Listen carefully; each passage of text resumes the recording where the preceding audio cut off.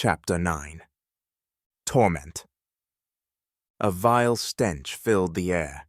Urine and feces rotted in the bottom of the pit, just feet from Makoto's face. Each breath he drew in was a struggle, made more difficult with each passing hour. He had witnessed Anatsurushi torture, conducted on many before, with most not surviving the day. Those people the daimyo wanted to suffer greatly were revived by his physicians to extend their torment. Every time they removed him from the pit, Makoto prayed for a swift execution. Instead, the physician made sure he was still alive, and that a cut they had placed across his temple still flowed blood. This was to create a drop in blood pressure, intensifying the suffering. After countless examinations, his feet were tied together once again so he could be lowered back into the pit. Each time, one arm was tied tight along his side with one free to dangle. This was normally done so that the person undergoing the torture could signal their willingness to comply with what his captors demanded of him. The only problem was that Makoto had nothing to comply with. He had already confessed to defiling Daimyo Nobunaga's daughter and prepared to pay for that action with suicide by seppuku. No, now it was just adding to his discomfort, having his hands submerged in the toxic sledge each time he passed out. Makoto looked around him as he stood atop a hill, looking over a large valley of cherry trees with pink blossoms. Now, instead of the nostril-burning smells of the pit, he could only smell the new life of springtime flowing through the crisp air. Have I died? He thought, looking down and seeing that he was wearing his armor. Now he did not care. He was only happy to be free from the anguish he had been undergoing in the pit. "No, you have not died, Makoto," a voice said behind him. Something about the voice gave him a sick feeling. He quickly turned, placing his hand upon his sword. Nobody was there.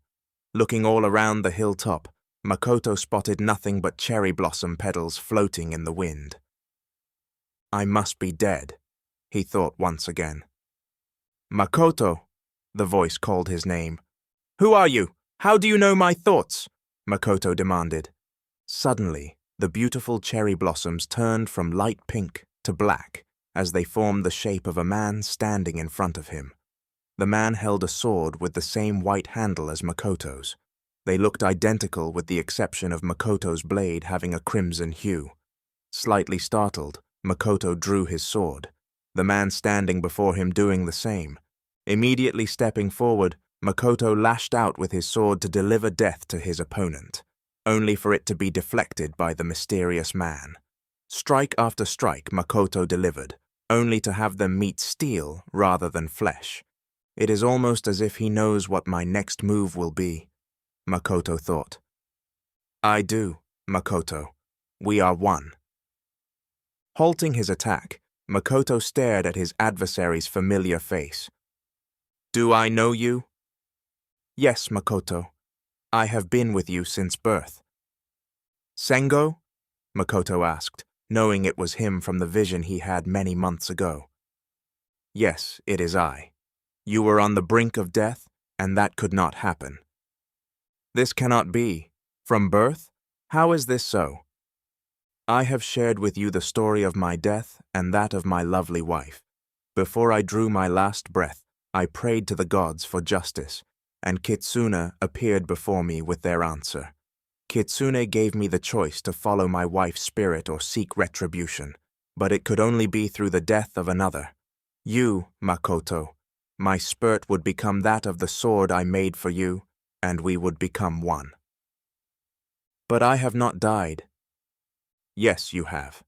Before you came into this world, you perished within your mother. Kitsune combined our spirits in death to become one. Together, we punish those who break the law, and that punishment is death, Sengo said with a grin. Sengo, you are the darkness I have fought to retrain inside me all my life.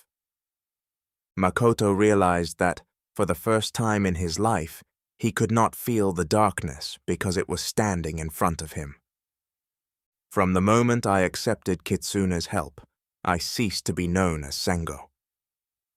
Makoto thought about the day war prisoners began chanting, and how joyful it had made him to hear, "Shinigami, Shinigami, Shinigami." Now he knew why. You are Shinigami. A small price for justice. Be thankful. Had it not been for me, you would have never been allowed to walk among the living. Now you must stay true to our joint mission. Yasu is a criminal and must be punished, Shinigami said, as his face transformed to that resembling the mask Makoto wore in battle. Slowly, Shinigami's image began to fade into darkness, followed by burning of his lungs as he struggled to breathe. Revive him! I command it! Makoto heard Daimyo Nobunaga speak, but still only saw darkness as his lungs took in a breath of air that wasn't as toxic as the last. Feeling someone vigorously shaking him, light began to shine into his eyes as they opened. There he is, the one who betrayed my faith. Get to your knees, you filthy piece of shit. Do you smell the part? Nobunaga laughed. Let me die, Makoto requested. Death? Oh, not until I have made you suffer and taken everything from you. I have also requested the presence of your mother to bear witness to your suffering, but she doesn't see that well anymore, Nobunaga said, laughing as he held Makoto's mother's head by her hair. No! Makoto tried to scream, but only unaidable sounds emerged from his dry, sick throat.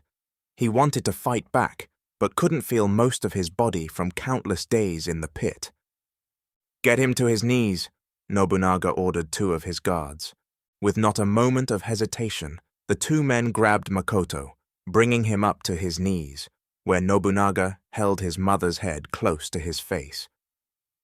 Want to give mother a kiss? Nobunaga laughed before tossing her head to a dog on the other side of the room. Once again, Makoto said as loudly as he could, Kill me! Oh, we have one more thing that must be eradicated before that happens. You will remove your bloodline from the world. Bring him his sword. Another guard walked over, holding out Makoto's sword, and stopped a few feet before him. Take it, I command you. Makoto wanted nothing more than to take his sword and kill everyone, but his arms wouldn't respond. Kill me! Bring her in, Nobunaga called out. Two other guards dragged Yasu's limp, dirty body into the room. Nobunaga sneered in disgust at his daughter as he gave his orders. Stand her up before him. Let him see what his disloyalty has bestowed upon my once most valued treasure. Makoto, you are my samurai and will follow the order I have given. Yasu has been found guilty of theft of my future lands, and destruction of my property. On my lands, all crimes are punished by death, and this sentence you will carry out. Makoto's mind raced furiously as he struggled to free himself from the two guards, holding him to his knee, only to have his struggle go unnoticed due to his weakened state. Inside, he could almost hear Shinigami asking to be released, but understood it would be the death of Yasu. With the tingling in his fingers subsiding, he began moving them under the hands of the guard, assisting him to grasp his sword. My love, what have they done to you? Please forgive me, Makoto wanted to scream. Seeing that Makoto was showing more signs of life, Nobunaga said, You will end her life, and I will grant you a swift death. Bring him to his feet and release his hands. Never. I will not do what you ask. I will not take the life of the woman I love. Makoto stopped speaking as his body jolted back, and a warm liquid began covering his hands. I love you too, Makoto. I am sorry, Yasu said, after throwing herself onto his sword. With their faces now close, she kissed him on the lips. The two stared into each other's eyes as life left hers, and her body slid free from his sword to the floor. No! Makoto screamed, yet still nothing but a scratchy howl emerged.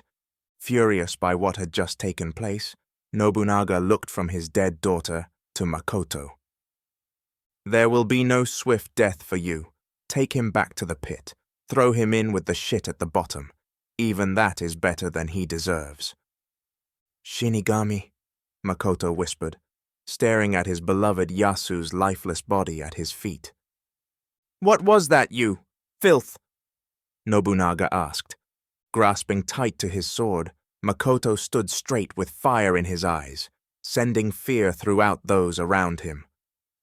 "I am Shinigami," Makoto repeated, allowing his inner darkness to surface. Spinning as he dropped, Makoto sliced the upper thighs of the two guards holding him, severing vital arteries. Makoto stopped on one knee with his sword at the ready, their blood showering over him and causing many of the remaining guards to run in terror. Taking a few steps back, Nobunaga shouted, "I order you to take your own life. I request your life, samurai." Makoto slowly rose. "You have already taken my life, and for that, you must be punished." As he spoke, guards rushed into the room. They advanced one, sometimes three at a time, each feeling the sting of his sword. With the last guard dispatched, Nobunaga had vanished, leaving only Makoto standing. "He ran away, Makoto, or should I say Shinigami?" A woman's voice sounded from behind a folding screen. "Show yourself," Makoto demanded. "Who are you?" Stepping out from behind the screen, she said, "I am nobody and have no given name. I was sent here by Daimyo Hideyoshi to gather information.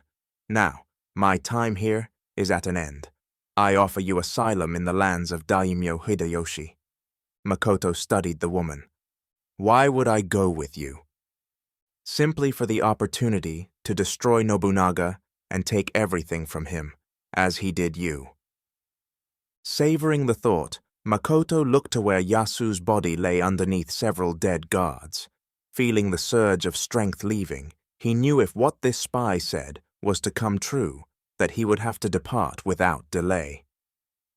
Wiping his sword off with cloth from one of the dead, he retrieved his sheath and exited with the spy, vowing to destroy everything Daimyo Nobunaga owned.